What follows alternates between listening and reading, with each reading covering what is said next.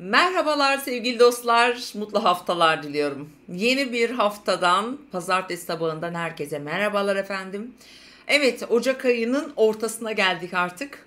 13 ve 19 Ocak haftası ve haftanın etkilerini bizim hayatımızda nasıl yansıtacak, burçlara neler getirecek, ne yapmamız lazım, biraz nelerden uzaklaşmamız gerekiyor. Onlardan bahsedeceğiz ama önce tabii bu dolunayı yine özetleyeceğim. Aslında iki tane. Hatta geçen haftaki burç yorumlarında da ben tekrar üstüne çok basarak anlattım. İki de sırf bununla ilgili yayın var. Dileyenler oradan izleyebilir ama özet geçmem gerekirse hepimiz çok duygusalız. Yengeç dolunayı hayatın her alanında burada Mars'la kavuşuyor. Okey ama Yengeç dolunayı en çok bizim içgüdüsel olarak yaptığımız aidiyet duygumuz, sevdiğimiz, bağımlı olduğumuz, güven, kendimizi güvende hissettiğimiz alandır. Dolayısıyla da duygular üzerinde çok etkisi vardır.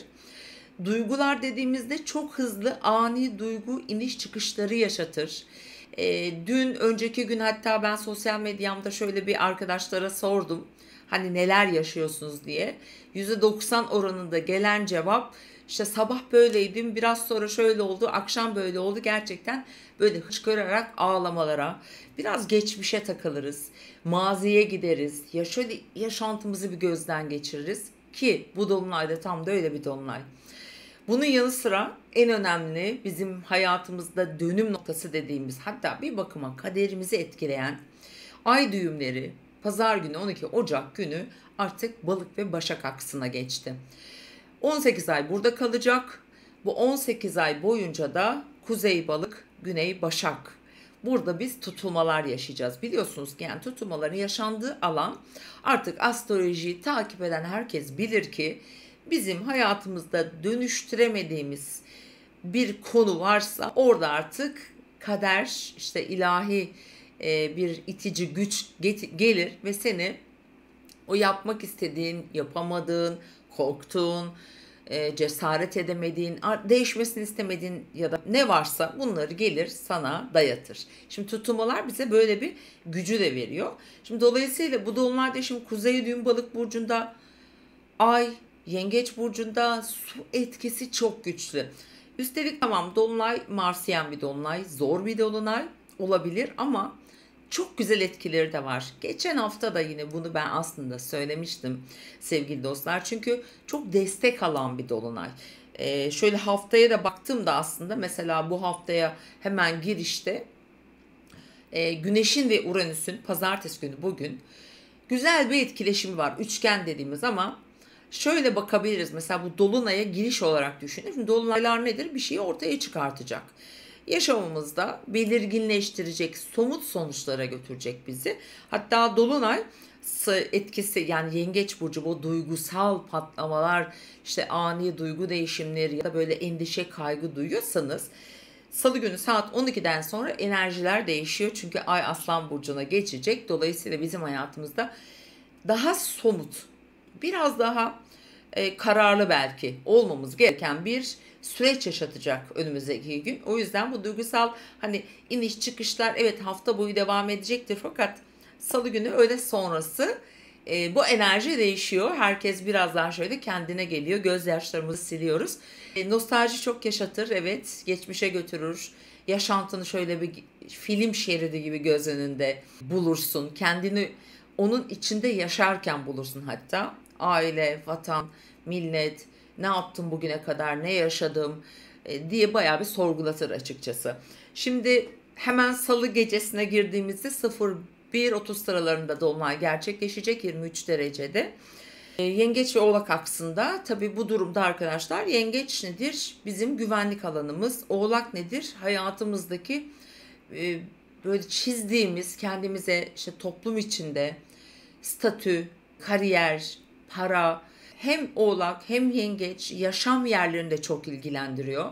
Yaşadığımız yerleri, emlakla ilgili konuları gündeme getirecek.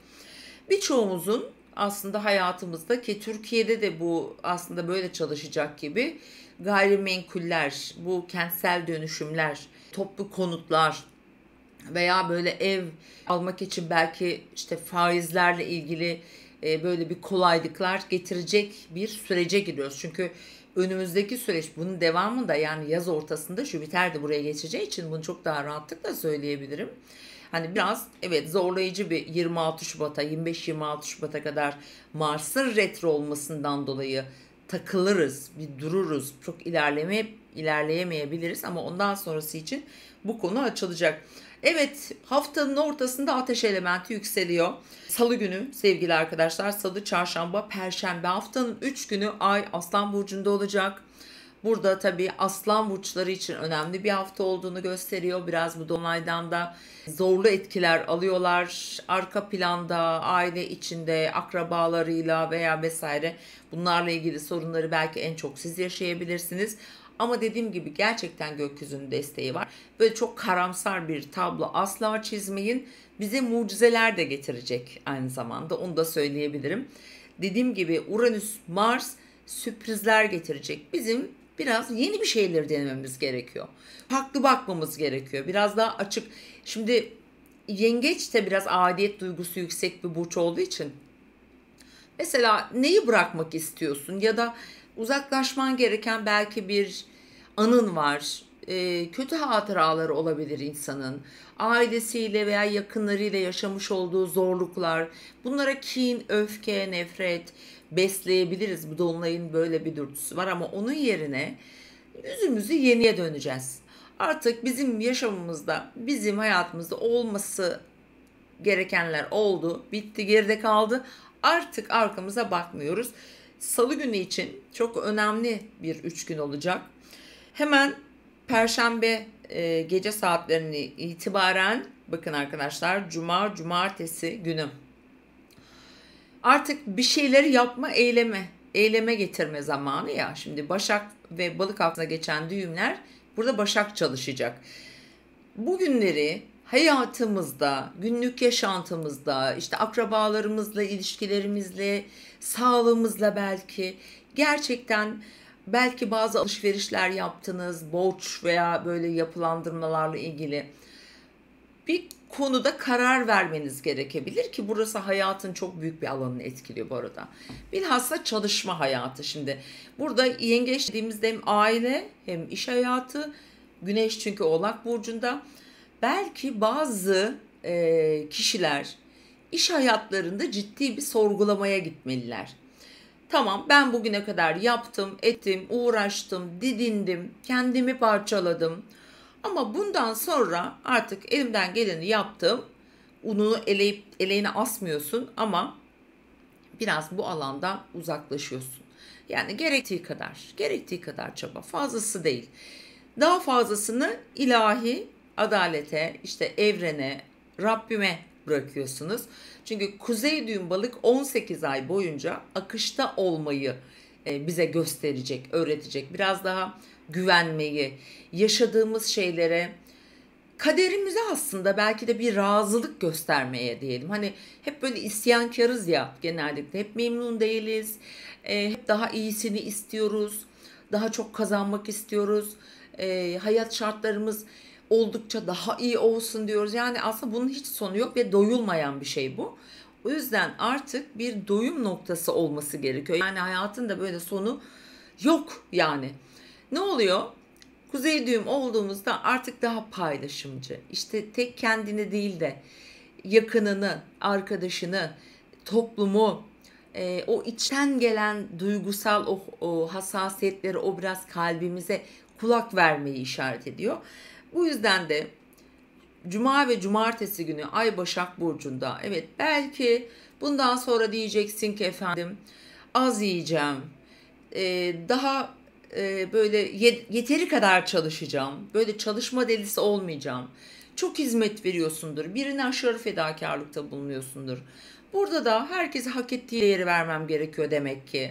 Efendim zayıflamam gerekiyor ama bir türlü yapamıyorum. Bakın bunlar çok önemli. Bırakılması gereken en önemli şeylerden birkaç başlık da budur. Lütfen kendi sağlığınız, kondisyonunuz, çevrenize verdiğiniz biraz daha o enerjiyi yükseltmek için. O yüzden çok önemli işte. Spora başlayabilirsin. Günlük rutinlerinde kararlarını değiştireceksin. bakın birçok insan işini değiştirecek arkadaşlar. Gerçekten. Burada tabii grevler olacak. Biraz daha geniş baktığımızda iş bırakma eylemleri olacak. Özellikle sağlık sektöründe bu olacak. Bazı sağlık sorunları, ufak tefek salgınlar yaşayacağız. Başak dediğimizde hastalıkla da ilgilidir ama çok büyük olmayacak bunlar. Ve pazar günü de Ay Terazi burcuna geçiyor. Bakın bu haftanın buraya not almışım arkadaşlar. Evet, çok önemli bir iki günü varsa o da Cuma ve Cumartesi Pazar. Kadersel etkiler dedim ya. Pazar günü mesela gerçekten Venüs'ün çok etkili olduğu bir gün. Özellikle ilişkilerle ilgili inanılmaz derecede kararlı olursanız ki çok güzel kararlılık verecek bir destek günü.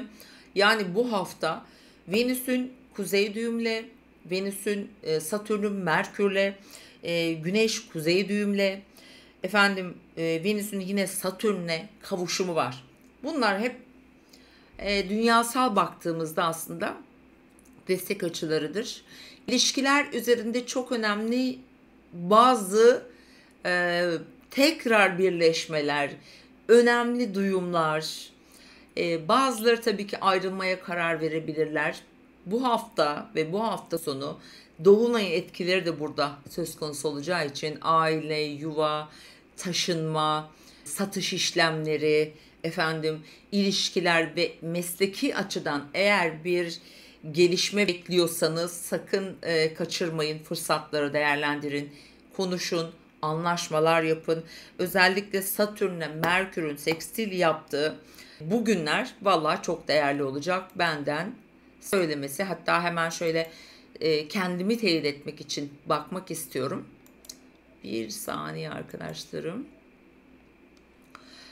Bu saymış olduğum etkilerin hepsi Cumartesi günü başlıyor sevgili dostlar. Pazar günü komple, yani önemli ilişkiler, işbirlikleri, danışmanlıklar, rehberlikler, evliliklerle ilgili konularda eğer böyle bir durum varsa bu iş projeleri, ticaret, bakın çok önemli bir gün, mutlaka değerlendirin. Kesin ve uzun vadeli kararlar alabilirsiniz. Yani hafta aslında çok korkunç gözükmüyor. Salı günü biraz en karışık ve duygularımızın iniş çıkış yaşayacağı bir gün. Ama çarşambadan sonra biraz daha iyileşiyor. Perşembe günü bir sabaha karşı Güneş'in Mars'la karşıtlığı söz konusu olacak. Ve Uranüs'ün Ay'da da bir karesi var. O gün biraz gergin bir gün.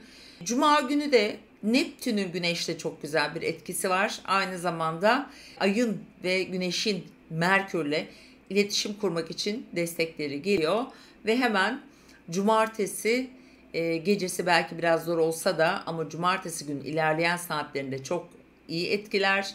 Harekete geçiren ve Pazar günü tüm gün demeyelim, sabah 6.32'den sonrayı mutlaka kullanın. Bazı ilişkiler kurtulacak. Eski ilişkilerde belki biraz daha tekrar toleranslı olmanız gerekiyorsa bunu da yapın diyeceğim. Şimdi de burçlara geçelim bakalım. Bu hafta burçlarda neler varmış.